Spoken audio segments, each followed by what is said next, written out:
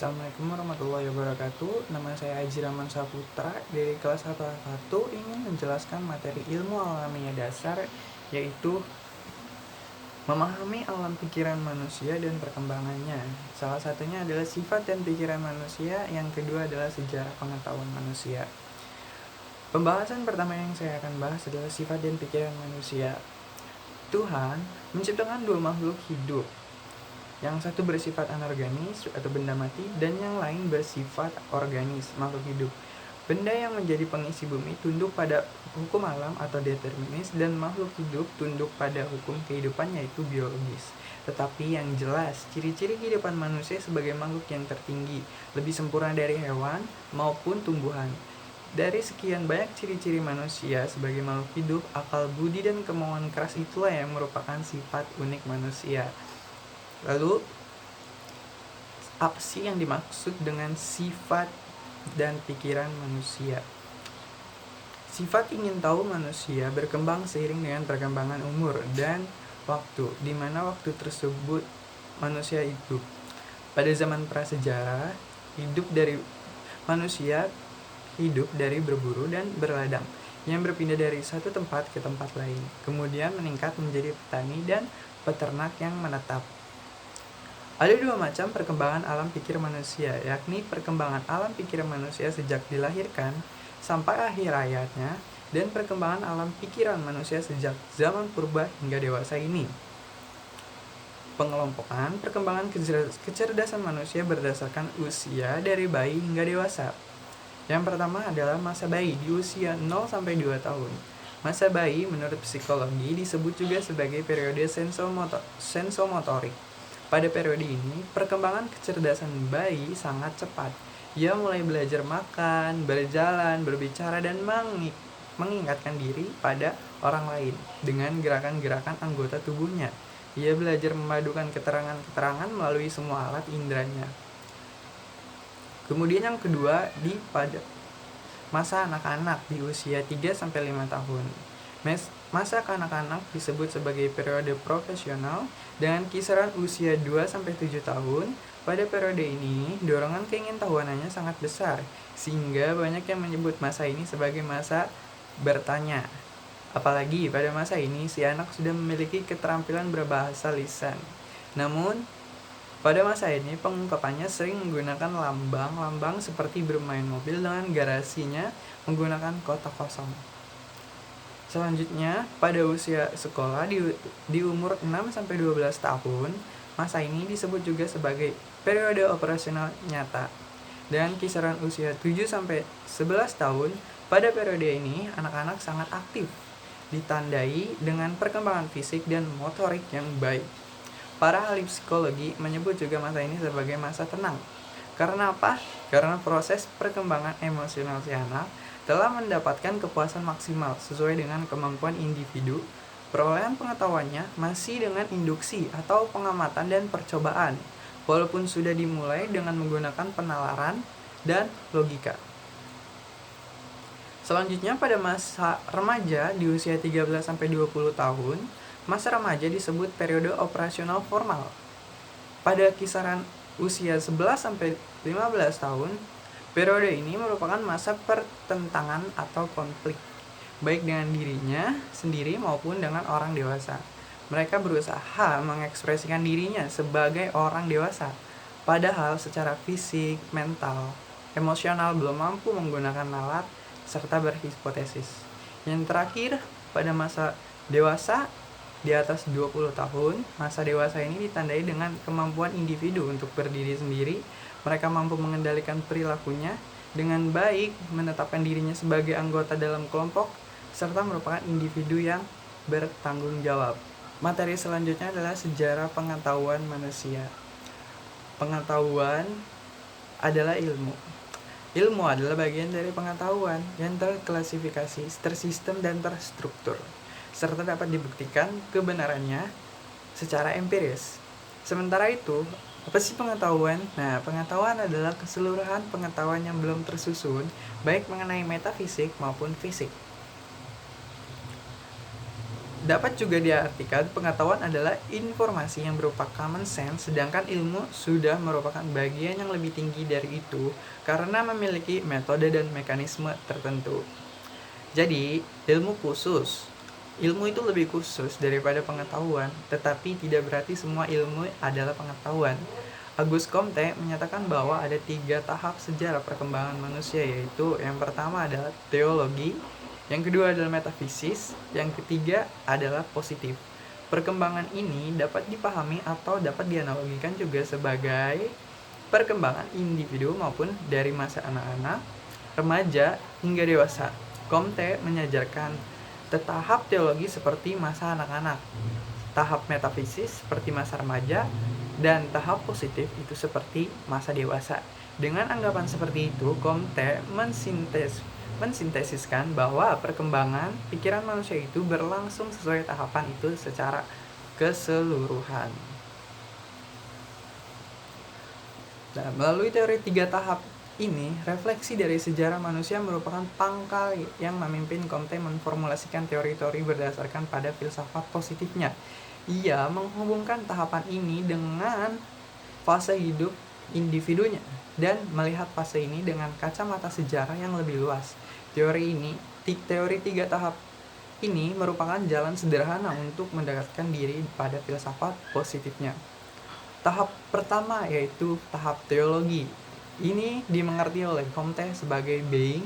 Dalam fase ini, manusia mencari sebab terakhir di belakang peristiwa-peristiwa alam dan menemukan dalam kekuatan-kekuatan adi manusiawi. Pada masa anak-anak ini secara instinktif, manusia mencoba menjelaskan fenomena-fenomena oleh Comte.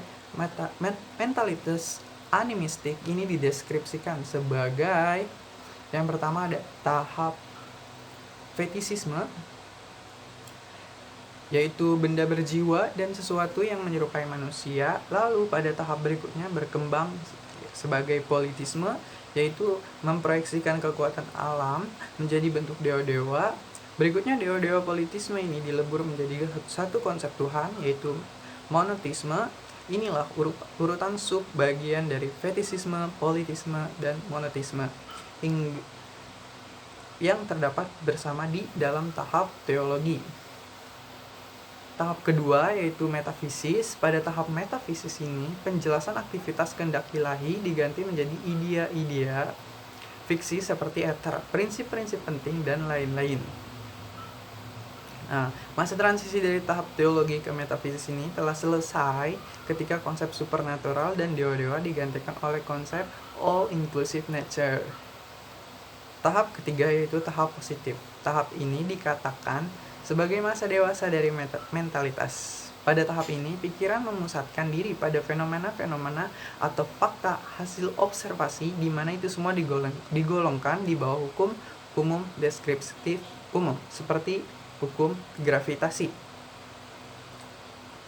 Dengan adanya hukum-hukum deskriptif ini akan membuat berbagai prediksi menjadi nyata. Dan memang sasaran dari pengetahuan positif yang sejati adalah kemampuan untuk memprediksi dan mengontrol. Pengetahuan positif itu sejati atau real, pasti atau certain, berguna atau useful. Meskipun pikiran bahwa pengetahuan positif itu pasti, namun Comte juga mendesak bahwa ini harus ditatapkan pada perasaan relatif. Ini karena kita tidak bisa mengetahui keseluruhan alam semesta. Pengetahuan positif ini juga relatif, di mana proses mencari yang absolut ditinggalkan.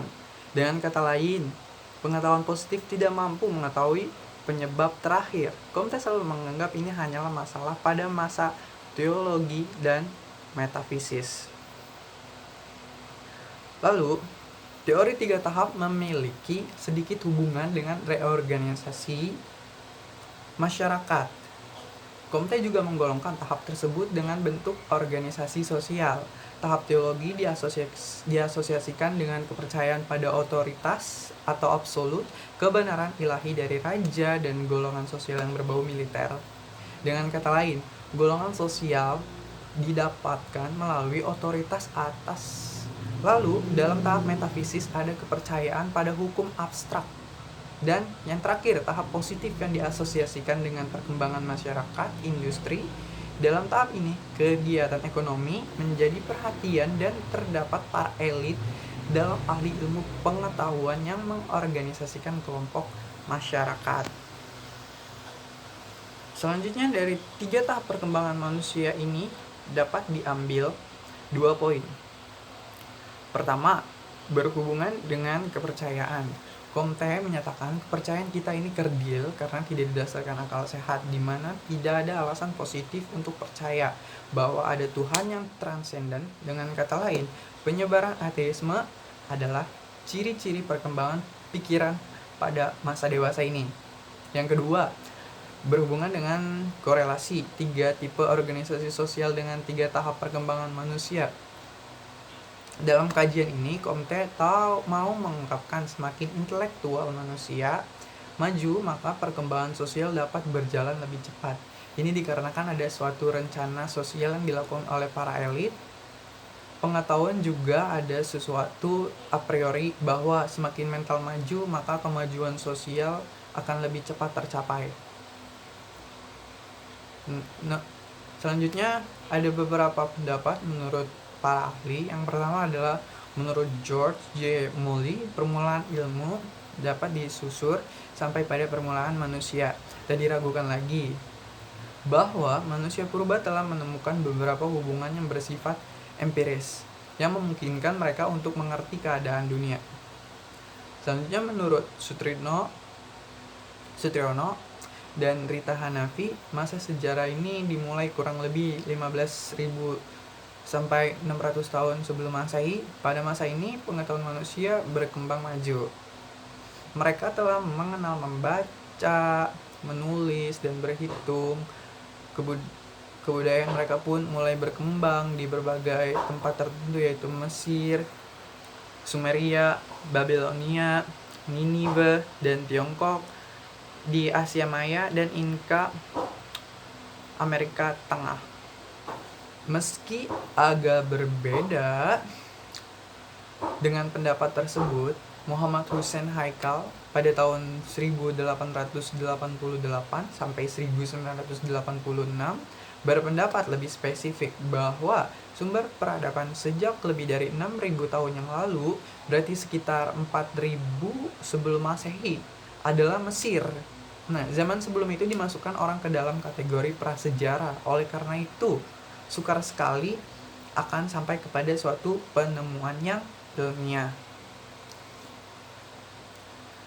Manusia kemudian berusaha untuk menguasai dan memanfaatkan pengetahuan untuk memperbaiki kualitas dan pemenuhan kebutuhan hidupnya. Berdasarkan hal itulah mulailah dikembangkan pengetahuan praktis yang dapat dimanfaatkan untuk memenuhi kehidupan sosialnya. Pengetahuan ini selanjutnya disebut sebagai teknologi, yang merupakan penerapan ilmu pengetahuan alam dalam kehidupan sehari-hari. Perkembangan teknologi, produksi, dan industri secara tidak langsung akan diikuti dengan perubahan pola hidup manusia. Perubahan ini juga semakin mendorong rasa ingin tahu manusia ke arah yang lebih kompleks. Dengan demikian, manusia akan terus berusaha mengetahui segala rahasia alam semesta yang belum terungkap. Oke, dari semua presentasi yang saya jelaskan dapat disimpulkan bahwa ilmu pengetahuan bermula dari rasa ingin tahu. Hewan juga mempunyai rasa ingin tahu, akan tetapi tidak berkembang, atau bisa disebut dengan idle curiosity atau insting. Segala aktivitasnya didorong oleh insting, itu dengan tujuan untuk melestarikan hidupnya. Nah, manusia mempunyai rasa ingin tahu yang berkembang atau akumulasi dari segala yang mereka dapat dari usahanya mendapatkan jawaban dari keingintahuannya. Itu merupakan pengetahuannya. Pengetahuan manusia selalu berkembang. Ia selalu tidak puas dengan fakta, tetapi ingin tahu juga tentang apa, bagaimana, dan mengapa. Sehingga Auguste Comte itu memformulasikan menjadi 3 tahapan. Yang pertama itu ada teologi, metafisis, dan positif. Manusia dengan kemampuan berpikir dan bernalar dengan akal serta nuraninya memungkinkan untuk selalu berbuat yang lebih baik dan bijaksana untuk dirinya maupun lingkungan. Hal ini pula yang membedakan dengan hewan. Berlandaskan pada pengetahuan tentang beberapa rahasia alam yang diperoleh, manusia kemudian berusaha untuk menguasai dan memanfaatkan pengetahuan untuk memperbaiki kualitas dan pemenuhan kebutuhan hidupnya. Saya menyarankan hendaknya sebagai manusia kita selalu mengasah kemampuan berpikir kita, mengoptimalkan kemampuan otak, dan mencari tahu ilmu pengetahuan dengan terus belajar, terus berlatih sehingga dapat menciptakan ide-ide baru dan menghasilkan karya-karya baru yang kreatif dan inovatif. Sekian dan terima kasih atas perhatiannya. Wassalamualaikum warahmatullahi wabarakatuh.